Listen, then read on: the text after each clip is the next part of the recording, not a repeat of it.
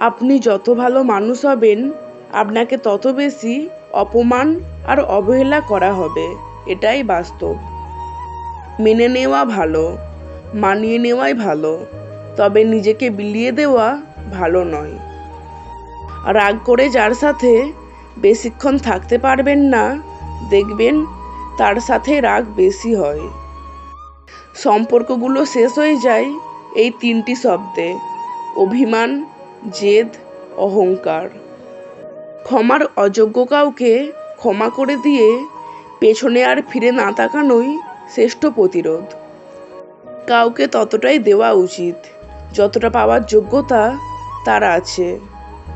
লোকের চোখে খারাপ হতে গেলে খারাপ কাজ করার দরকার নেই, শুধু উচিত কথা বলবেন, মানুষের চোখে খারাপ হয়ে যাবেন।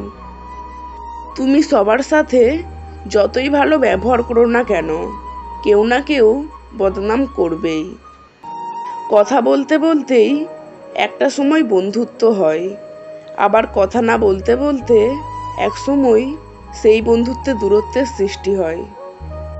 সবার সাথে ভিন্ন হওয়াটা খুব খারাপ কিছু নয়, এর মানে তুমি নিজের মতো থাকার সিদ্ধান্ত নিতে যথেষ্ট সাহসী।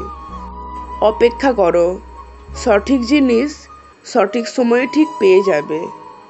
যে আজ তোমাকে অবহেলা করছে, গুরুত্ব দিচ্ছে না, ধৈর্য ধরো, একদিন তোমাকে তার সবচেয়ে বেশি প্রয়োজন হবে। কেউ হারিয়ে গেলে যা কষ্ট হয়, তার চেয়ে বহুগুণ বেশি কষ্ট হয় আপন কেউ বদলে গেলে। দুঃখ তো জীবনে থাকবেই, তাই সুযোগ পেলেই নিজেকে হাসি খুশি আনন্দে রাখা দরকার। চরিত্র আর কর্ম পরিষ্কার রাখুন, কাপড় ময়লা হলেও চলবে। সব কিছু কেঁদে পাওয়া যায় না, কিছু জিনিস হাসি মুখে ছেড়ে দিতে হয়। তুমি যাকে চাও তাকে গুরুত্ব না দিয়ে তোমাকে যে চাই তাকে গুরুত্ব দাও, ভালোবাসাটা পূর্ণতা পাবে। জীবনে তুমি তাকেই বিশ্বাস করো যে তোমার কাছে কোনো প্রতিদান চায় না। আপনজনগুলোর থেকে পৃথিবীতে বড় শত্রু আর কেউ হয় না। হার মেনে নেওয়ার নাম জীবন নয়, বাস্তবতার সাথে লড়াই করে বেঁচে থাকার নামই জীবন। পৃথিবীর সবচেয়ে সুন্দর দৃশ্য হলো কাউকে হাসতে দেখা, আর তার চেয়েও ভালো লাগবে যখন জানবেন আপনার কারণেই কারো মুখে হাসি ফুটেছে।